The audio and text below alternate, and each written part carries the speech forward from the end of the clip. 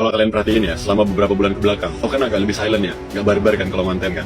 Terus nggak pernah nyerang sana-sini pakai opini pribadi. Karena aku sadar, kalau pada akhirnya segala sesuatu itu harus dipertanggungjawabkan kepada Tuhan. Termasuk perkataan. Tanda akhir zaman itu udah betul-betul di depan mata.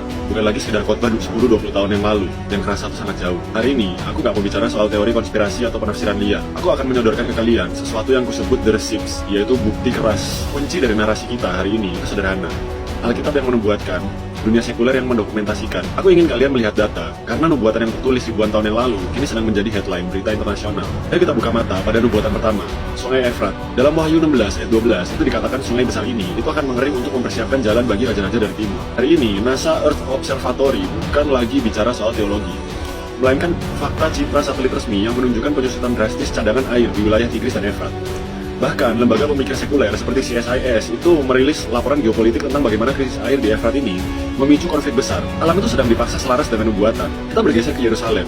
Soal bait suci ketiga, Alkitab dalam Matius 24 ayat 15 itu menubuatkan pemulihan ibadah kurban sebelum masa antikristus. Selama puluhan tahun, ini dianggap mustahil. Tapi sekarang CBS News itu melaporkan kedatangan sapi merah atau red heifers dari Texas ke Israel untuk ritual penyucian bait suci.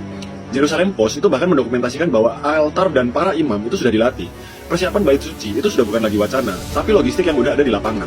Di panggung politik global, Wahyu 13 ayat 7 itu berbicara tentang otoritas yang mengatur seluruh bumi. Kalian perhatikan PBB yang baru aja menyepakati dokumen Pact for the Future. Ini adalah langkah menuju sentralisasi kekuasaan lewat emergency platform, ditambah agenda The Great Reset dari World Economic Forum. Struktur pemerintahan satu dunia yang diramalkan Alkitab itu sudah punya draft dokumen resmi di meja para pemimpin dunia. Lalu bagaimana sistem ini mengunci setiap individu? Di Wahyu 13 ayat 16-17 itu menubuatkan tanda di tubuh untuk transaksi ekonomi. Hari ini, Neuralink milik Elon Musk itu sudah berhasil menanamkan chip ke otak manusia pertama, menggabungkan manusia dengan internet. Secara bersamaan, laporan biometrik update itu menunjukkan sistem pembayaran telapak tangan seperti Amazon One itu mulai menggantikan kartu kredit. Teknologi untuk mengontrol siapa aja yang bisa membeli dan menjual sekarang itu bukan lagi fiksi, tapi kemajuan sains yang kita rayakan. Terakhir, perhatikan koalisi perang Gog dan Magog dalam Yeskiel 38. Alkitab menyebut persatuan bangsa utara dan Persia, yaitu Rusia dan Iran, melawan Israel. Laporan dari Institute for the Study of War itu mendetailkan kerjasama militer yang makin erat antara kedua negara ini, mulai dari transfer drone sampai teknologi nuklir. Ditambah laporan AP News itu tentang program nuklir Iran yang kian mencapai puncaknya. Aktor-aktornya udah berada di posisi yang tepat sesuai naskah Alkitab. Yesus berkata dalam Lukas 21 ayat 28, apabila semuanya itu mulai terjadi, bangkitlah dan angkatlah mukamu, sebab pembebasanmu sudah dekat. Lihat datanya, Alkitab sudah menulis ini 2000 tahun yang lalu, dan hari ini NASA, PBB, dan media internasional itu memberitakannya sebagai fakta, bukan lagi sebagai iman. Berhentilah bermain-main dengan hidup.